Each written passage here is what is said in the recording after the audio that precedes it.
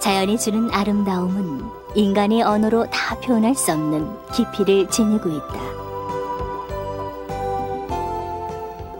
계절에 따라 변화하는 자연의 색은 작은 꽃잎 하나에서도 신비로운 창조의 힘을 느끼게 한다.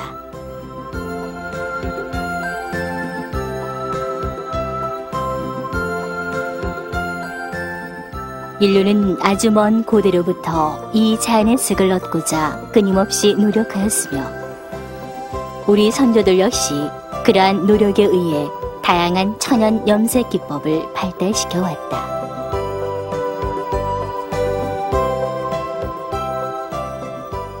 그 중에서도 구름 한 점 없는 가을 하늘을 닮은 깊고도 오묘한 색을 만들어내었으니 그것이 바로 쪽빛이다.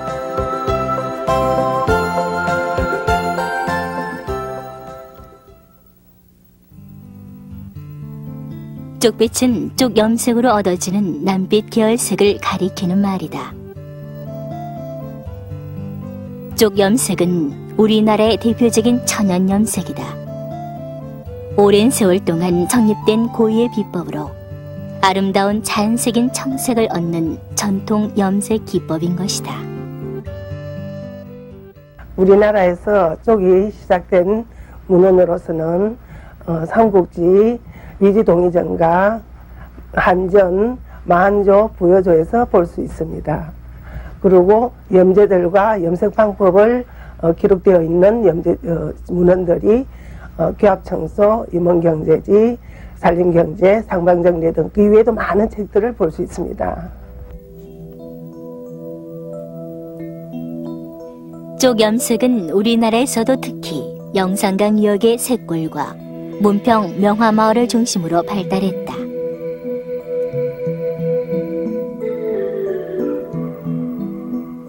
예로부터 나주 영상포는 교통중심지이자 해상운송의 중요한 상업도시로 쪽염료 시장의 중심이 되어 왔으며 6.25 이전까지 쪽염료의 가장 활발한 생산지가 되었다. 또한 무명의 무형문화재인 나주의 셋골 라인은 같은 지역 환경의 기반을 둠으로써 쪽염색을 한층 더 발달케 하였다.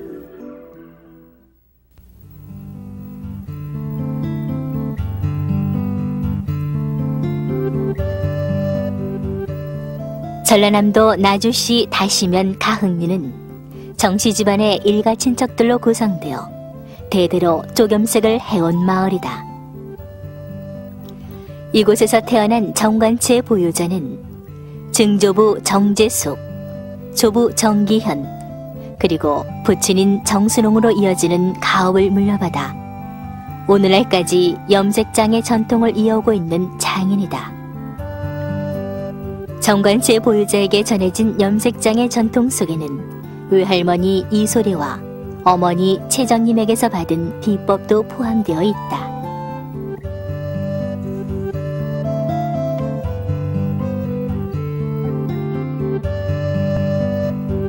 중요 무형문화재 제115호 염색장 정관치 보유자는 한국전통문화학교에서 후학을 양성하는 등 폭넓은 활동도 전개하고 있다.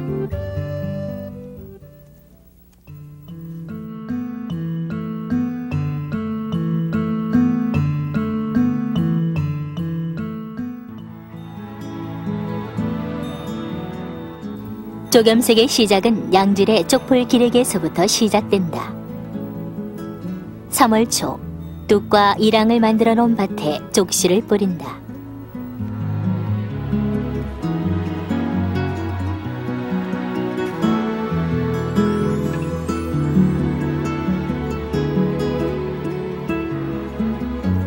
파종 후 보름이 지나면 싹이 나오고 쌍떡잎이 보인다.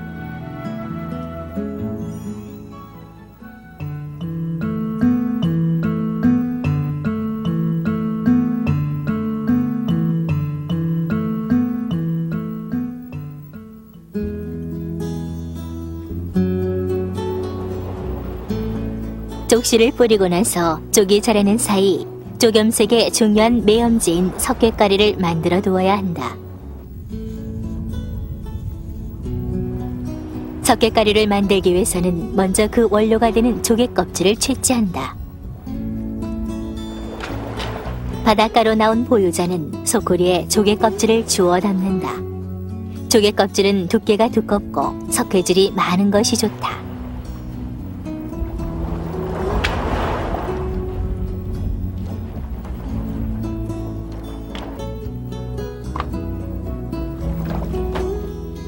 채취한 조개 껍질은 이물질을 제거한다. 지프로 하나하나 깨끗이 씻어 준비해 놓는다. 이 안에 하얀 석대가루만 들어가니까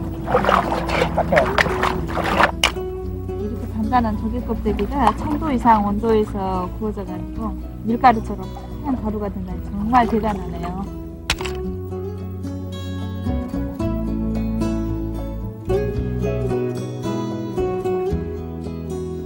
그런 다음 햇빛에 잘 건조시켜 보관한다. 조개 껍질은 가마 속에서 굽게 된다. 황토 흙으로 지어 세운 가마에 먼저 장작을 넣는다.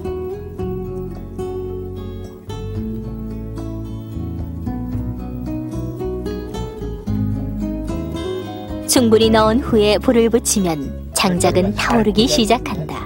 잘 구워질 거예요. 저번에도 참 잘 구워졌던데 잘 구워지겠죠?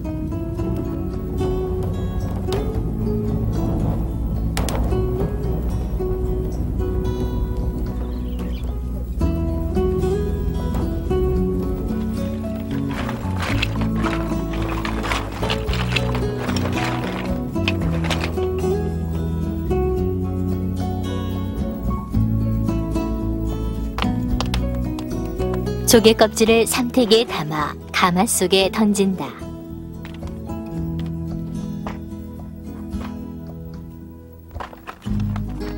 이렇게 장작과 조개 껍질을 번갈아 쌓아서 가마 속을 가득 채우고 12시간 동안 굽는다.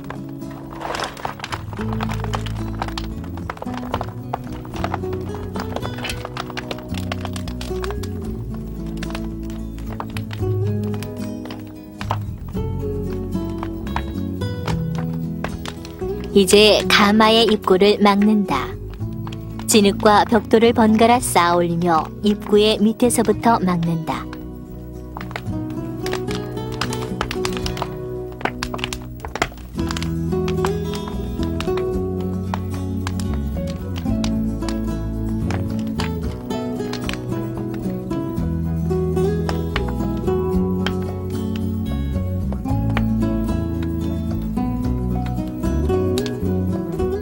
계속해서 벽돌을 쌓고 진흙으로 바르는 것을 반복한 다음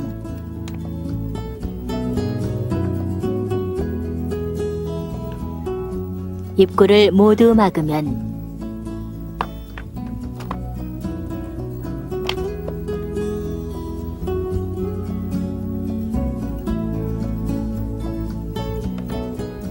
틈이 있는 곳은 진흙으로 꼼꼼히 발라 마무리한다.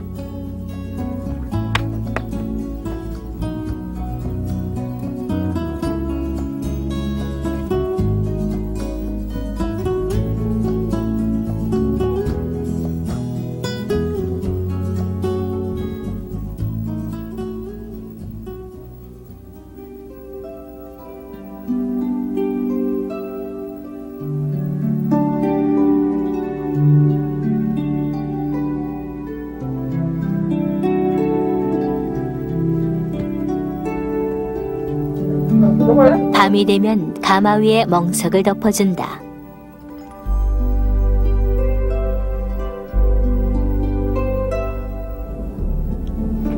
외부의 공기를 철저히 차단하여 열을 뺏기지 않도록 보온하려는 것이다.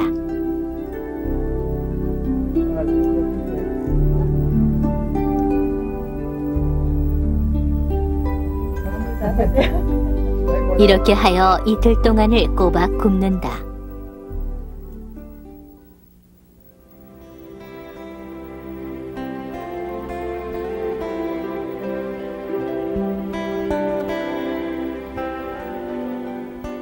불을 지핀 지 사흘이 지난 아침, 씌워두었던 멍석을 걷어낸다.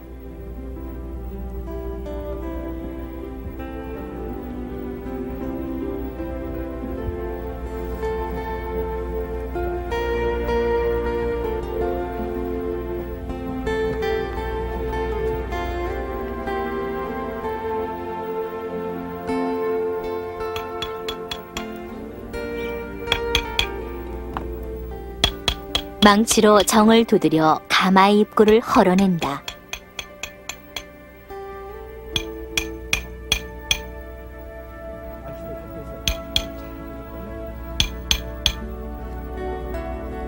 야,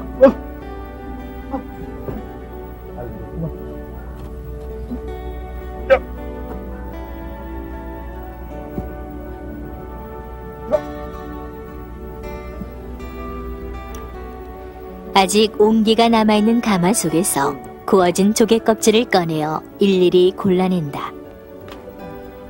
잘 구워진 조개 껍질은 뽀얗고 하얀색이며 덜 구워진 것은 검은 빛을 띈다. 자,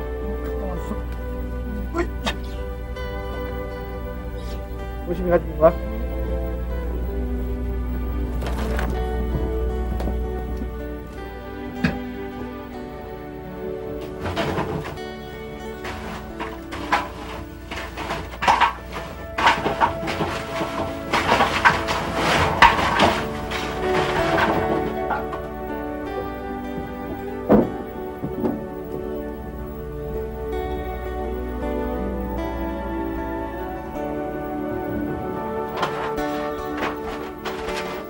조개 껍질이 항아리에 가득 차면 두꺼운 종이를 두세 겹 덮고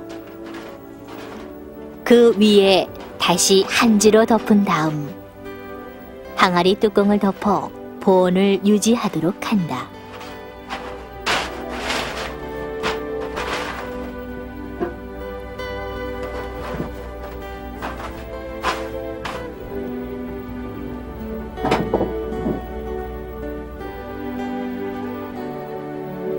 이렇게 보관해 놓으면 약 보름 후 석괴가루가 완성된다.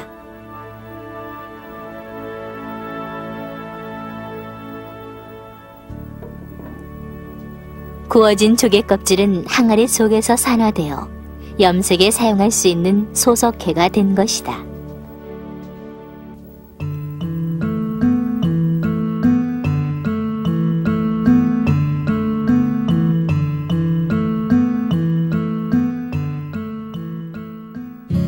(7월이) 되면 이파리가 진한 초록색이 되어 약이 찬다.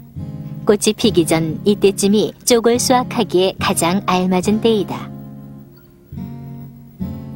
여름 중에서도 가장 기온이 높아 삼복더위가 한창일 때 새벽 이슬이 맺히는 이른 아침 잘 자란 쪽을 베기 시작한다.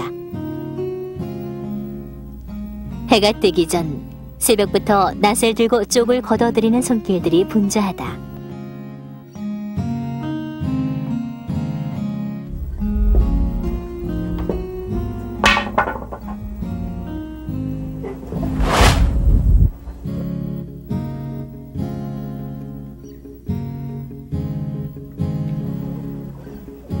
부지런히 거두어들인 쪽은 일단 깨끗한 물에 담가 헹군다. 쪽에 붙은 불순물이나 흙먼지 등을 몇 번이고 씻어낸 다음 항아리에 옮겨 담는다.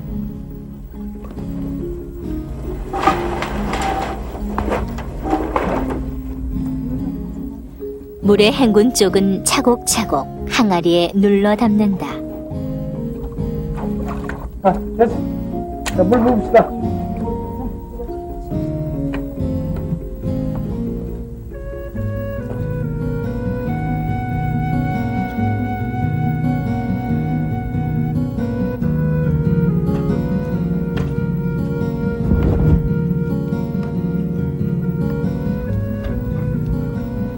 쪽에 담긴 항아리에 맑은 냇물을 붓는다.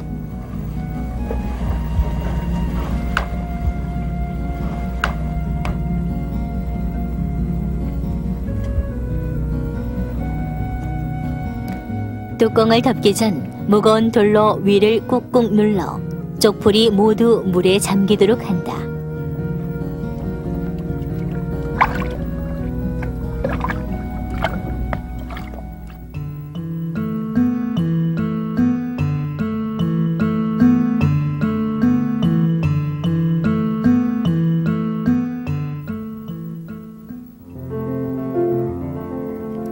보통 하루가 지나면 물은 연한 녹색에서 청록색으로 변하는데 이것은 색소가 잎에서 분리되기 시작하는 것이다.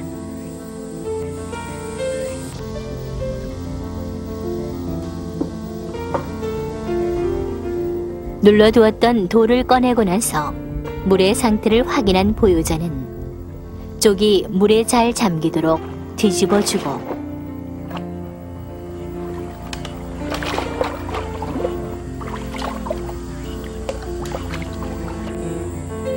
다시 돌로 누른 후 뚜껑을 덮는다.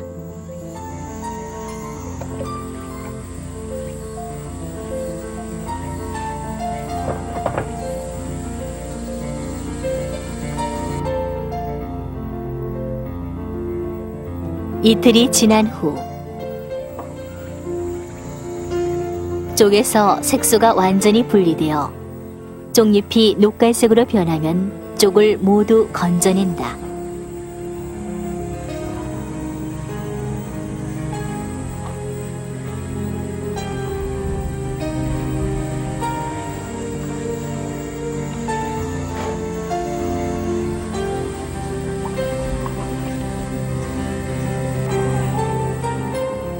자칫 이 시점을 놓쳐 시간을 더 넘기면 채도가 낮은 어두운 색으로 되어 재가 넘어 사용할 수 없게 된다.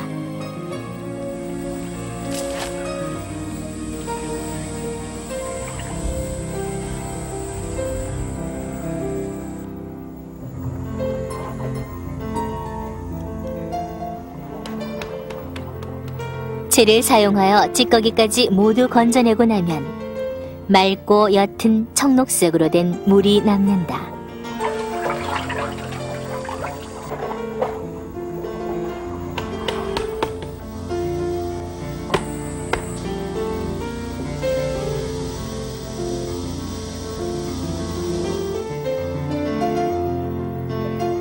여기에 석회가루를 섞는데 먼저 석회가루가 담긴 항아리에 쪽물을 조금 부어 손으로 살살 섞어준 다음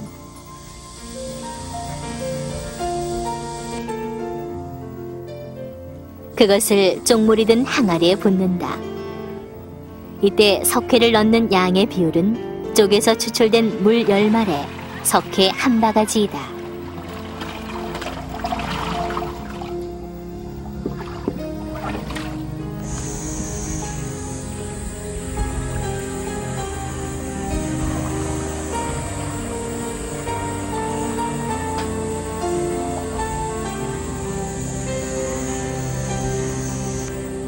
이제 당그레로 힘차게 젓기 시작한다.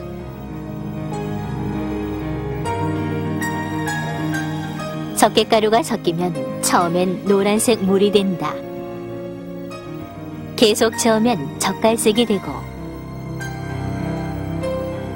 보라색, 청록색, 마지막엔 남색으로 변하며 거품이 가득 일어났다 사라진다. 이것을 그대로 하루 동안 놔두면 위에는 연한 갈색의 투명한 물이 떠 있다.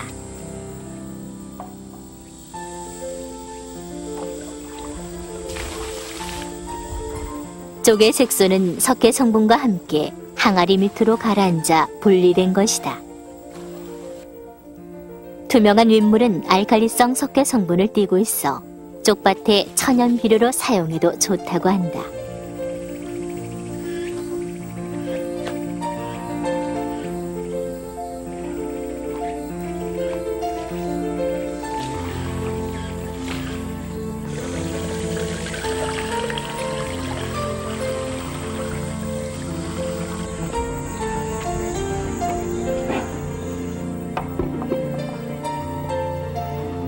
윗물을 따라내고 나면 석회가루와 함께 침전된 쪽의 색소가 남게 된다. 이것을 바가지로 떠서 옮겨 담는다.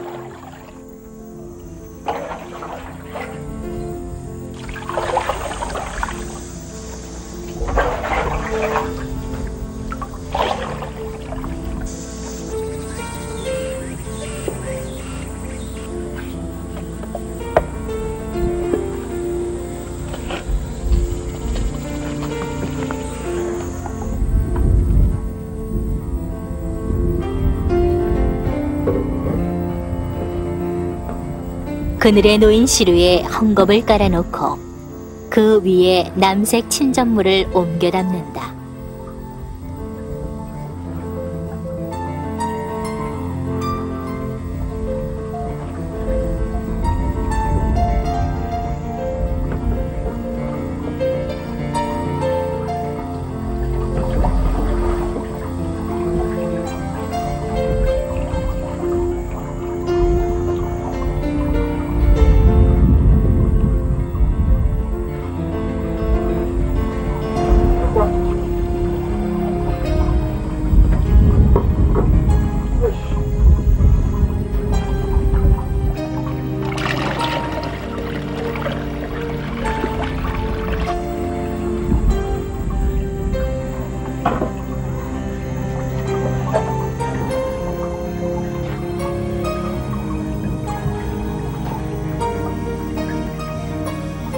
삼일이 지나면 시루 밑으로 물기가 빠지고 침전물의 색소만이 남게 된다.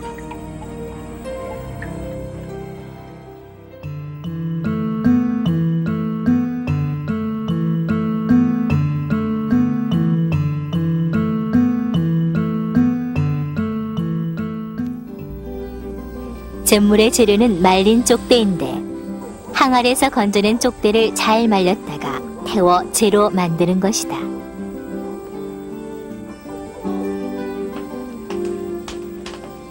쪽 염색의 매염 재료는 석회가루 외에 잿물을 준비해야 한다.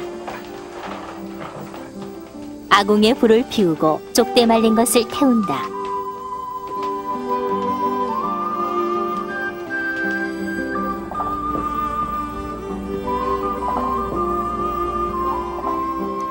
완전히 연소되어 재가 만들어지면 널빼기 위에 시루를 얹고 시루 바닥에는 짚을 두껍게 깔아놓는다.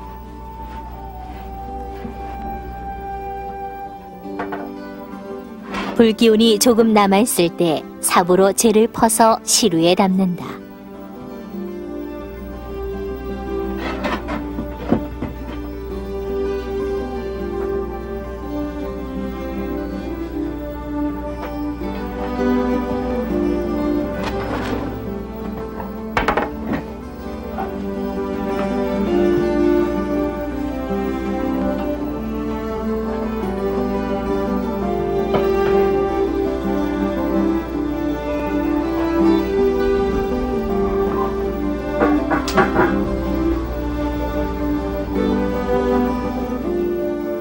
펄펄 끓는 물을 떠서 조금씩 가만히 붓는다.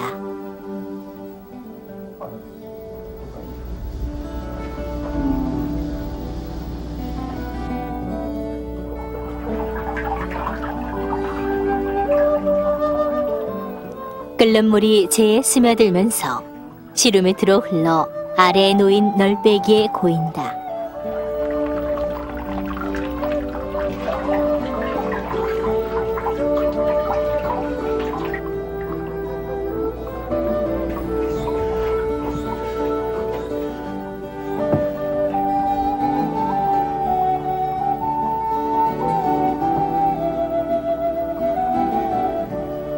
이렇게 한 차례 받아진 잿물은 다시 한번 재에 부어서 두 번째 거른다. 잿물은 이렇게 두 번을 걸러 바로 사용한다.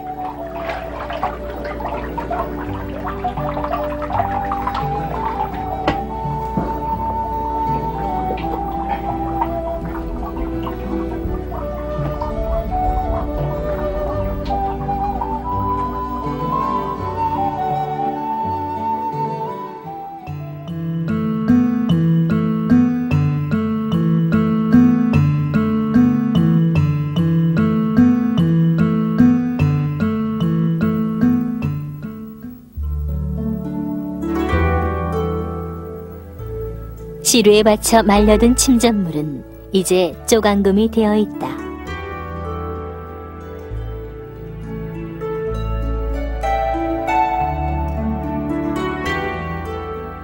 이것을 방 안에 마련된 발효실로 옮긴다.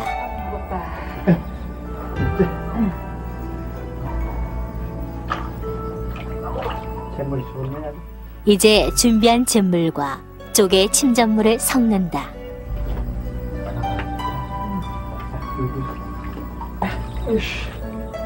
침전물은 잿물과 잘 섞이도록 손으로 주물러서 풀어준다.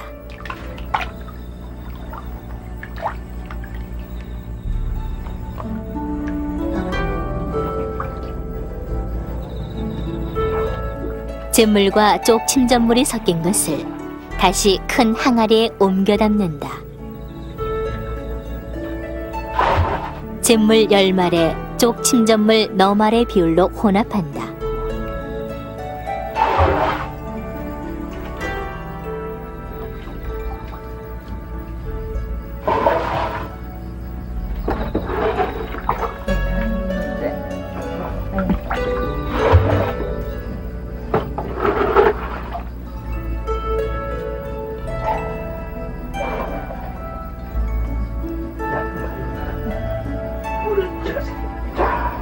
조심해.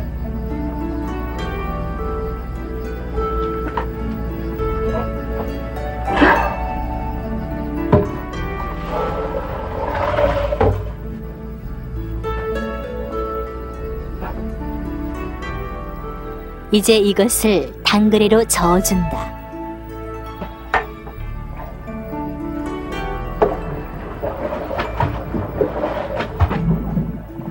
한동안 힘차게 저으면 거품이 일어난다.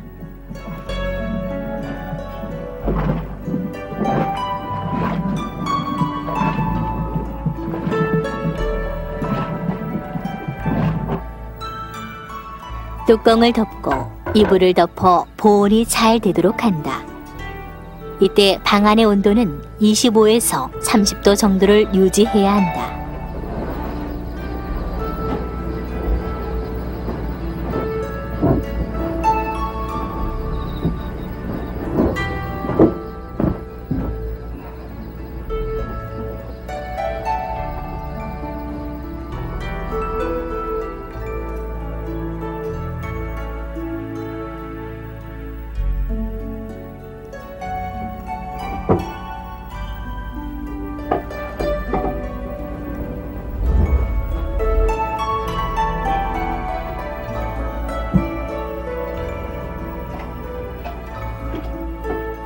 보통 보름 정도가 지나면 꽃물이 형성되는데 발효되는 중에 경우에 따라 비법의 액체를 발효제로 넣는다.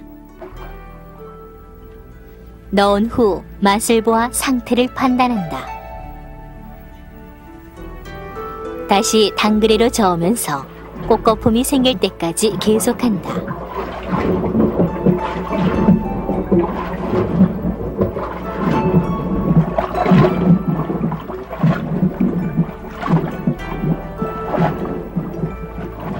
대추알 크기의 남색 꽃거품이 생기면 쪽물 염료로 완성된 것이며 이를 꽃물이 일었다고 말한다.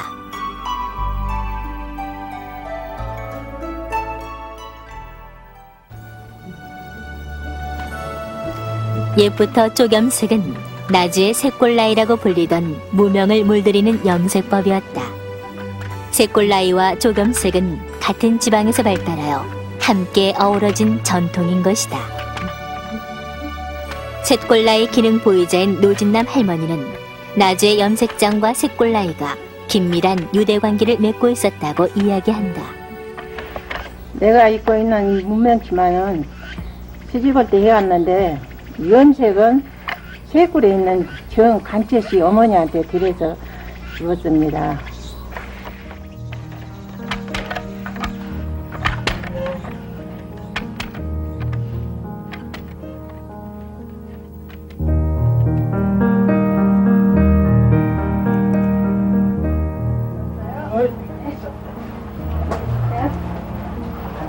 잡으지 않습니까?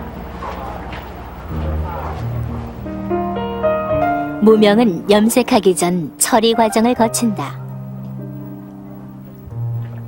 아궁이에 솥을 올리고 물을 끓여 집배를 삶아 정련을 한다.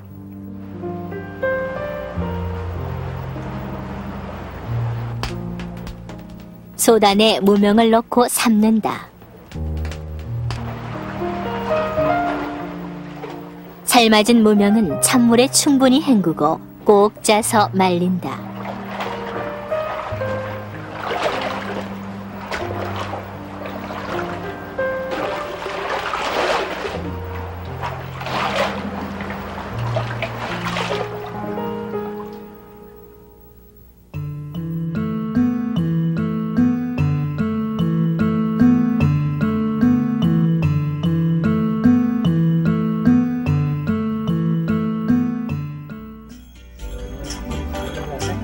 완성된 꽃물은 노란색 물에 파란색 거품이 떠 있다.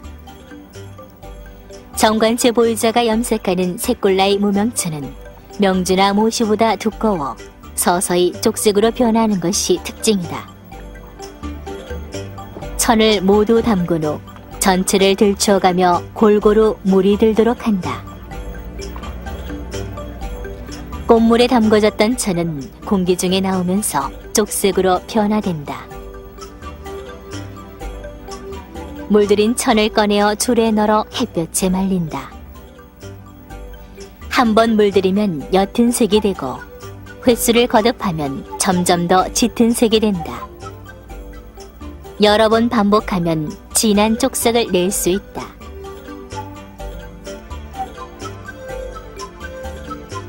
쪽 염색의 농도에 따라서 여러 가지 다른 느낌의 색을 만들어낼 수 있는데 옛 문헌에 나타난 이름은 아청색, 갈매색, 벽색, 검푸른색, 밤물색, 심청색 등 다양하다.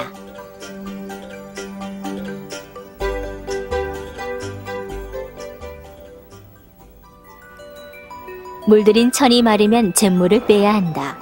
냇가에 나가 흐르는 물에 천을 담그고 여러 번 헹구어낸다.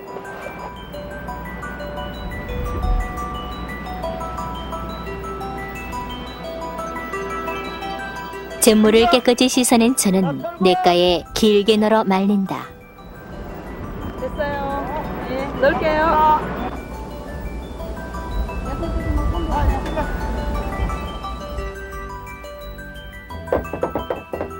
또한 염색된 천은 풀먹이기와 다듬이질로 처리되기도 한다.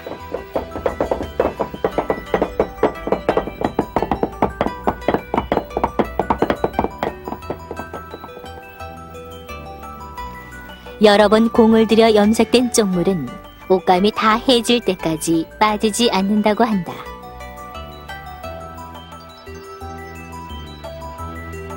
오늘날에는 쪽염색과 같은 번거로운 천연염색 대신 대량 생산이 가능한 합성염료가 일반화되어 있지만 이러한 가운데 정관채 보유자는 쪽염색을 현대적으로 적용하는 것과 다음 세대에게 보급하는 일에도 힘쓰고 있다.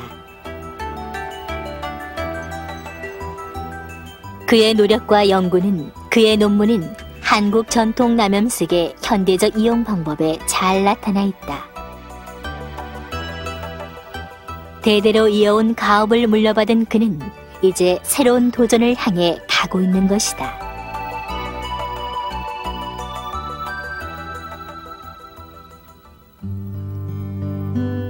우리의 전통 문화인 쪽염색에는 인간과 환경을 생각하는 삶의 지혜가 담겨 있다.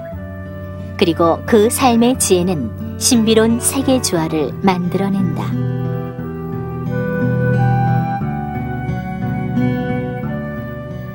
원료의 재배에서부터 마지막 처리 과정까지 자연 원료와 자연적 방법으로 이루어지는 우리나라 전통의 쪽염색.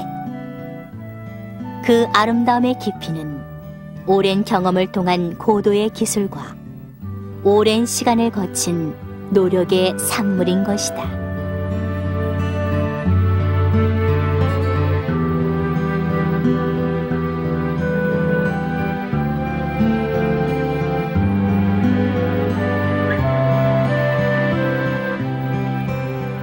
차원 높은 우리 문화의 우수성을 담고 있는 전통 쪽 염색은 앞으로 더 소중히 지켜나가야 할 자랑스러운 문화유산이다.